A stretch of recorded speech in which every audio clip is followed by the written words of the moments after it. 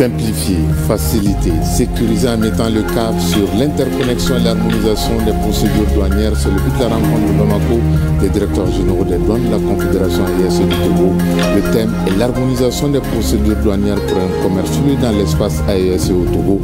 Au sortir, une vision commune de lutte contre la fraude et offrir aux populations des produits fiables à la consommation pour les 4 pays. À partir de ce dimanche, le Mali sera la terre des cadets de la zone 2 de l'UEFOA de football. Les 8 pays participants vont rivaliser pour les 3 tickets qualificatifs pour la CAN des moins de 17 ans. En attendant le jour J, la Commission nationale d'organisation locale était face à la presse pour le point des derniers réglages et donner la bonne information aux hommes de médias pour relever le défi de l'organisation.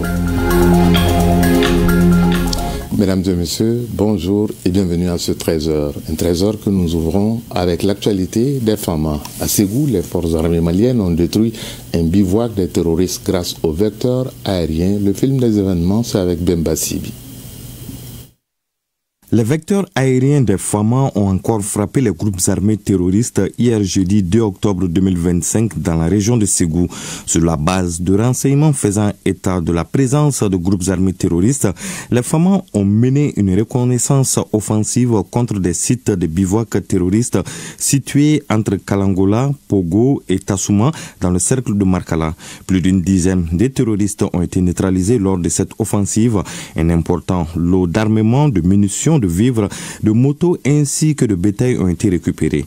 L'état-major général des armées félicite l'ensemble des unités engagées sur les différents théâtres d'opération pour leur engagement sans faille et leur volonté inébranlable de lutter efficacement contre les groupes armés terroristes. Toujours dans le domaine sécuritaire, mais cette fois-ci au niveau de nos frontières, Bamako abrite depuis hier les directeurs généraux des douanes du Mali, du Burkina Faso, du Niger et le Togo en conclave à la faveur de la deuxième réunion du comité de pilotage sur l'interconnexion des systèmes informatiques des administrations douanières des 4 pays. Il s'agit aussi de trouver des solutions communes pour lutter contre la fraude, simplifier les procédures, sécuriser le cordon douanier au Mali, au Burkina Faso, au Niger et le Togo. In fine, mettre des produits sains à la disposition des populations en harmonisant les textes des douanes de la Confédération AES. Nyanya Aliou Traoré et Barakou Maïga nous en parlent. Le lieu et le cadre n'ont pas changé, les acteurs non plus. Bamako abrite pour la 4e fois consécutive la réunion des directeurs généraux des douanes de l'espace AES et avec tous les honneurs.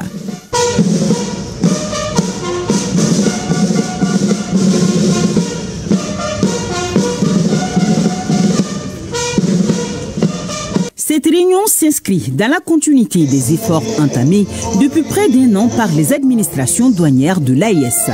Souvenez-vous, à Niamey, en juillet 2024, une première rencontre des directeurs généraux avait permis de porter sur les fonds baptismaux ce qui sert aujourd'hui de processus réel à la construction d'un espace douanier harmonisé au service des ambitions politiques et économiques de la Confédération. À la faveur de cette 4e réunion des directeurs généraux des douanes de nos 3 pays frères, l'opportunité nous est encore donnée de faire le point de la mise en œuvre des décisions fortes prises à la lumière des instructions de nos chefs d'État. Mieux, l'occasion est historique pour nous, premiers responsables des douanes de nos pays, de renforcer la dynamique enclenchée au niveau politique en ayant pour boussole l'intérêt supérieur de nos vaillantes populations. Parmi les dossiers validés lors de la 3e réunion tenue en mai dernier, on peut citer l'assistance administrative mutuelle en matière douanière, les règles d'origine et le tarif préférentiel, le régime de transit et l'interconnexion des systèmes informatiques douaniers et enfin l'exercice de la profession de commissaire en douane agréé. Autant de réformes qui font de l'unification douanière un pilier de l'intégration sous-régionale comme précédemment annoncé par le directeur général des douanes maliennes, l'inspecteur général Amadou Konati. Les défis auxquels nous sommes confrontés, qu'il s'agisse de la facilitation des échanges, de la sécurisation des opérations de transit, ou de la lutte contre le commerce illicite sont complexes et ne peuvent être relevés qu'en agissant ensemble. La coopération entre les administrations douanières portera nécessairement sur l'harmonisation, la simplification et la facilitation des procédures douanières, la lutte contre la fraude et la criminalité transnationale organisée, qui sont des exigences pour moderniser nos administrations et rendre nos frontières plus fluides et plus sûres. À cet effet, l'interconnexion des systèmes informatiques douaniers des administrations douanières de l'AES et du Togo demeure une initiative à saluer et à encourager. Et surtout, une initiative fortement soutenue par les autorités de l'AES qui voit au Togo, un pays frère, prêt à bâtir une communauté de destin prospère ensemble. L'objectif de notre réunion est de procéder à l'évaluation de cette interconnexion entre les systèmes informatiques de nos 4 pays. Il s'agit de présenter et d'analyser les statistiques de T1 échangées de janvier au 31 juillet 2025, de présenter les difficultés rencontrées, d'évaluer le niveau de la mise en œuvre des recommandations faites lors de nos précédentes réunions et enfin de formuler de nouvelles recommandations en vue d'améliorer de manière efficiente notre système de transit et de le rendre encore beaucoup plus performant. Ces nobles objectifs sont le fruit de la volonté et des efforts conjugués des plus hautes autorités de nos pays respectifs qui ont inspiré et permis à nos administrations douanières de se rapprocher davantage et de renforcer la collaboration en vue de réduire à presque néant les frontières et barrières qui entravent, limitent la libre circulation des personnes et des biens entre nos pays. Ça y est, c'est en marche. Les administrations douanières de la Confédération des États du Sahel sont à première ligne pour la mise en œuvre des instruments de la libre circulation des personnes, des biens et des capitaux, ainsi que du libre établissement au sein de notre espace communautaire. Toute initiative qui concourt à l'ancrage de notre souveraineté économique.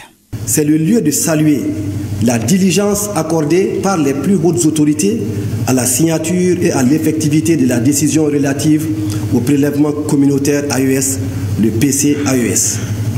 Pour la présente rencontre, je vous invite à des échanges fructueux en vue d'adopter les projets de texte relatifs aux tarifs extérieurs communs TEC-AES et du Code des douanes de l'AES.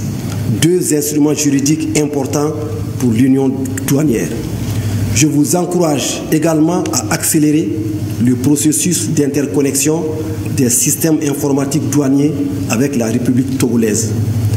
Par ailleurs, vous aurez à définir la stratégie commune en matière de formation des personnels douaniers en rapport avec l'Institut des finances publiques du Burkina Faso, IFPB.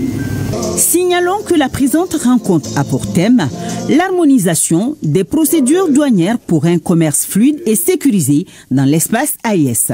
Il s'agit là, ajoutera le ministre Sanou, d'un engagement fort dont la finalité est l'accélération de notre processus de développement. Cap sur la cité des rails, Kaï, la première région, là-bas, la préoccupation au village de Nkouloum, c'est comment apprendre aux jeunes filles la préparation de la bouillie. Pour cette 6e édition, les candidates étaient au nombre de 7, dont l'âge varie entre 12, 13 et 14 ans. Elles ont présenté leur savoir-faire avec des senteurs made in Kaï. Allez, je vous mets de l'eau à la bouche avec Kamsutu Kanouté. De la bouillie à base de mil, de sorgho et de maïs imposée au menu de la 6e édition du concours régional de la meilleure bouillie dans la capitale des rails. Les concurrentes venues de Kouloum et des différents quartiers de la cité des rails ont présenté au jury le menu sous la meilleure des facettes. Après une compétition riche en parfums gastronomiques, c'est mademoiselle Aminata Mangara, âgée de 14 ans, élève en classe de 8e au groupe scolaire Kassoussé, qui remporte le premier prix.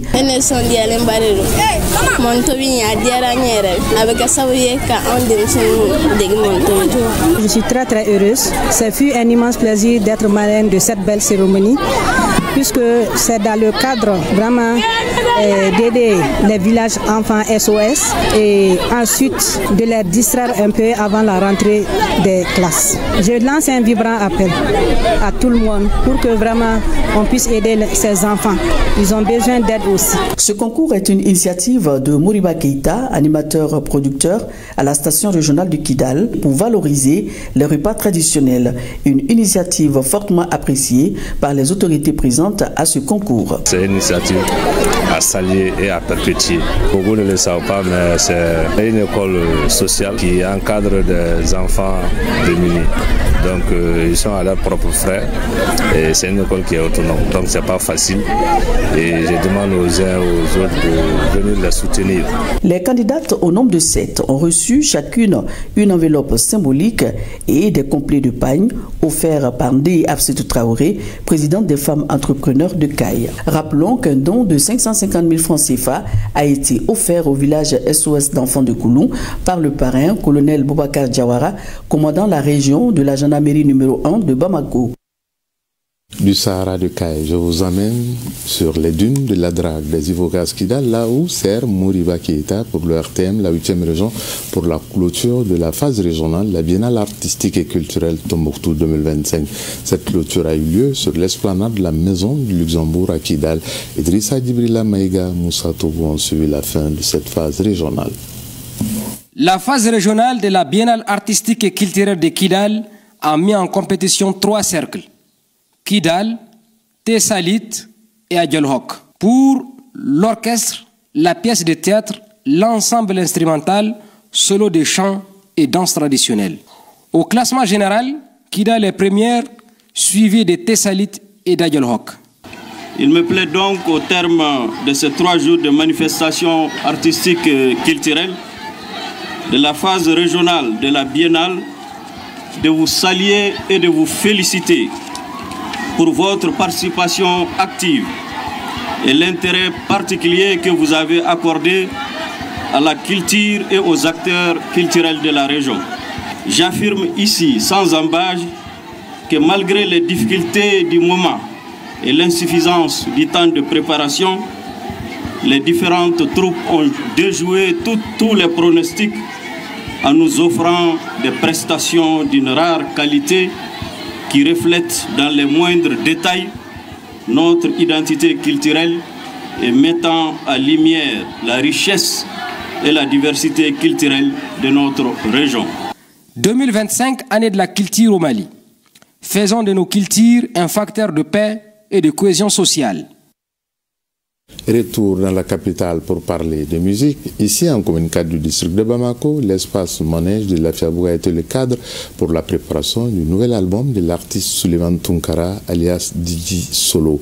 Cet album est dédié à l'armée malienne. Mohamed Bari et Amadou Louekone nous font le point. À l'occasion du 22 septembre, fête de l'indépendance du Mali, l'artiste Souleymane Tounkara, alias Dji Solo, a réuni ses fans pour l'inauguration de son nouvel album dédié à l'armée malienne. Pour lui, c'est une marque de reconnaissance envers nos forces armées pour leur contribution au développement de la nation. Tout un citoyen malien doit soutenir l'armée Mali. Donc, en tant que griot, en tant qu'artiste, j'ai voulu aider mon pays avec ma parole. Donc, c'est ça qui m'a donné beaucoup de courage d'organiser ça, de faire cet album-là. L'album dédié à l'armée malienne contient 10 morceaux, notamment Denye Nonoye, Baboudou Diaby, entre autres. Ses fans ont eu droit à une prestation en live de l'artiste qui n'était pas seul. Ses collègues Djeli Makam Tounkara, Djeneba Sek, Djami Sako et bien d'autres sont venus l'accompagner. Je suis venu ce soir soutenir mon tonton, mon frère. Il a organisé ce concert pour rendre hommage à l'armée malienne. Donc en tant que bon citoyen, voilà, j'ai tenu à être là, à être présente aussi. Les invités, après un moment festif et convivial, affirment avoir passé une bonne soirée et félicitent l'artiste. L'accueil était chaleureux, en même temps il y avait beaucoup d'ambiance. Il nous a fait glisser franchement. Je dirais à Solo de continuer de soutenir l'armée malienne et puis de donner un bon exemple à la jeunesse malienne. Si l'artiste Dji Solo dédie un album au nom de notre armée nationale, ne peut qu'être que la bienvenue et bien souhaitée. Qui dit armée malienne dit un pays stable, un pays sécurisé. Ce nouvel album de l'artiste Didier Solo témoigne de son soutien envers nos forces armées maliennes. Toujours musique cette fois-ci dans la capitale des Balanzans, Ségou en 4e région. La 12e édition du concours Corée Hip Hop 2025 a connu son épilogue après un mois de compétition. C'est Oumar Kone alias Star One qui a eu la première place, Mariam Koulibaly. Ils étaient 28 jeunes musiciens au départ et 6 à se hisser à la finale de cette 12e édition du concours Corée Hip Hop 2025.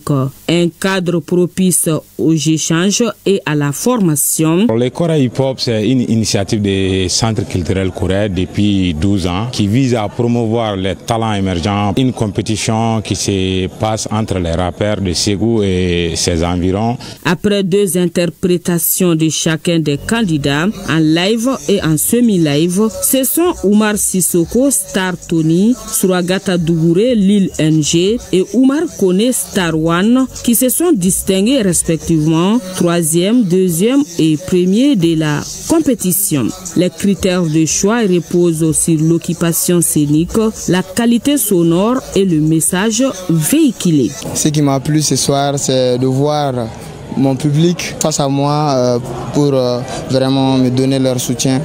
Vraiment, je suis très content, je suis très fier de ce que j'ai pu accomplir ce soir. Le niveau a augmenté, les artistes sont à la pointe de ce qui se fait aujourd'hui en termes de culture urbaine, tant au niveau de la production, de la composition musicale, des jeux en live, mais aussi ce qui est intéressant et c'est surtout qui fait notre richesse, c'est des jeunes qui sont ancrés dans leur culture malienne, dans toute sa diversité et dans toute sa richesse. En plus des enveloppes symboliques reçues par les lauréats, le détenteur du trophée bénéficiera également l'enregistrement d'un clip et une prestation sur la grande scène musicale de Ségou Art Festival sur le Niger. Dans ce trésor, on va parler beauté avec le maquillage, peut-être tel que vous ne le connaissez pas. Et oui, nous allons aller sur les traces des maquilleurs pas comme les autres. Il est homme de nationalité nigérienne, habite Bamako depuis 3 ans et il s'appelle Olekei. Le maquillage n'a aucun secret pour lui car il manie avec dextérité le visage des femmes, voire des hommes, pour leur donner une silhouette extraordinaire. Une de nos équipes de reportage, dirigée par Rokiatou Traoré, est allée à sa rencontre entre pinceau et préjugés et responsabilités suivantes. Dans un appartement discret, pourtant très fréquenté, Olekei, un Nigérian de 29 ans surnommé le chirurgien du visage, redonne aux Bamakoises une allure qui frôle la perfection.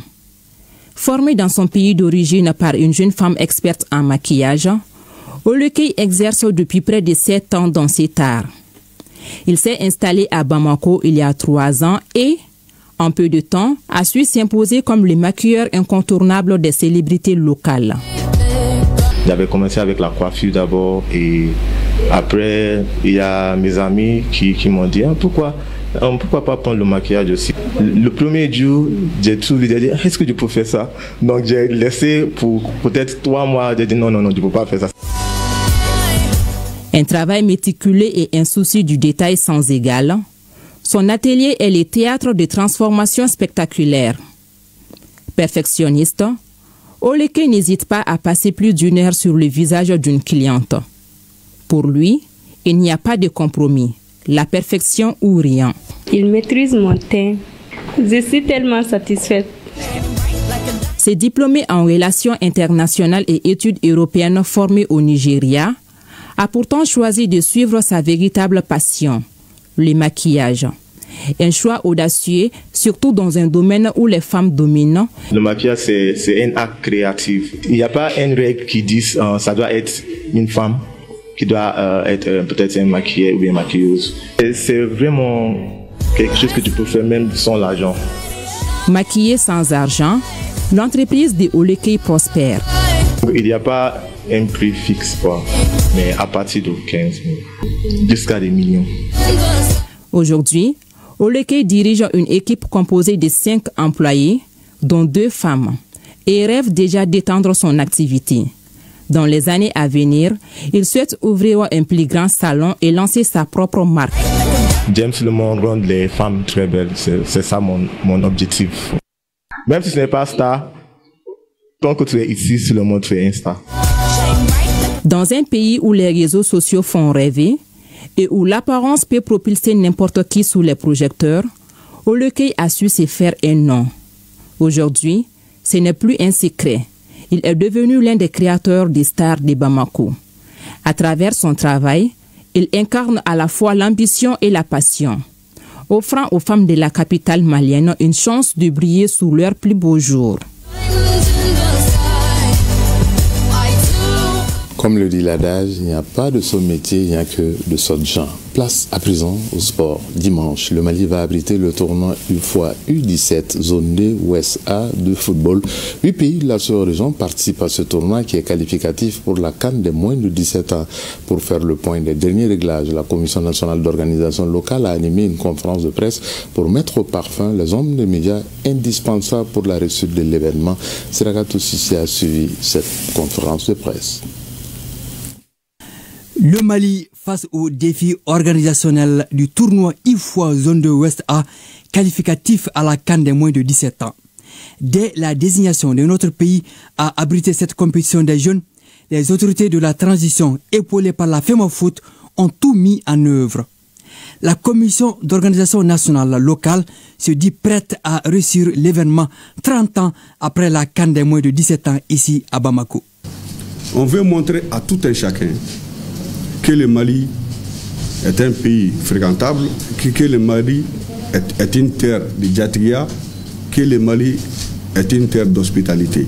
Quand on donne un tournoi à un Malien, les Maliens se donnent corps et âme pour que ce tournoi-là puisse réussir.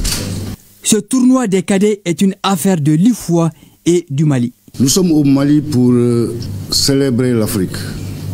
C'est pour nous un test grandeur nature. Aussi bien nous au niveau de l'IFOA que nous au niveau du Mali. Parce que nous voulons réussir ce tournoi pour pouvoir capter d'autres tournois beaucoup plus grands. Pourquoi pas un tournoi CAF U20? Pourquoi pas une CAN senior? C'est à l'issue de ce tournoi-là qu'on peut montrer à la face de l'Afrique, qu'on peut montrer à la CAF que non seulement le Mali est fréquentable, parce que ça nous n'en doutons pas, mais également que le Mali peut organiser un grand tournoi. Les 8 pays participants ont tous foulé le sol malien pour la grande bataille. La cérémonie d'ouverture, tout en couleur, et le match Mali-Libéria sont prévus le dimanche 5 octobre au stade Mamadou Konaté. L'Afrique du football a les yeux rivés sur le Mali. Le tournoi se déroule dans 3 stades. Mamadou Konaté, Wenzan Koulibaly et Mamadou Diarra H de Koulikoro. Sortons pour soutenir les cadets maliens. C'est depuis le stade Mamadou Konaté, 6 à Toungrobou, en commune 3, district de Bamako, ce 13h prend fin. Merci de l'avoir suivi. À 20h, vous serez en compagnie de Nyanya Alou Traoré. Je vous retrouve demain à 13h, toujours avec le même plaisir de vous servir. Mais d'ici là, prenez soin de vous, car chacun de nous ne peut être une étoile, mais tâchons de briller pour éclairer là où nous sommes. Au revoir et à très bientôt.